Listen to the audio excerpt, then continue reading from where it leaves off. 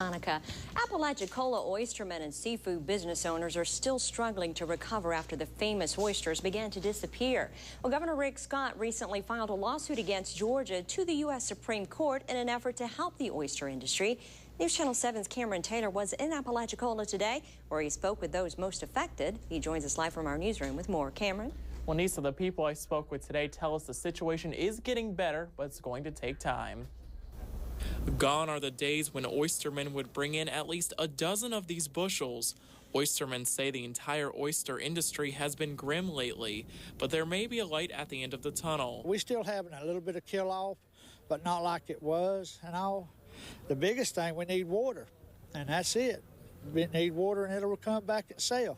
Earlier this month, Governor Rick Scott filed a federal lawsuit against the state of Georgia, asking the high court to force the state to share more fresh water. One of the things at the center of the Florida and Georgia lawsuit is oysters, which is the heart of the Apalachicola economy. Florida has been in a legal dispute with Georgia for more than 2 decades. It will probably just keep going, but we got to make a stand somewhere. I mean, we got to get their attention to let them know that it is going to starve out an industry. The issue is that the fresh water from Lake Lanier and the Chattahoochee River in Georgia isn't making it to the Apalachicola River, according to Fish and Wildlife Conservation officials.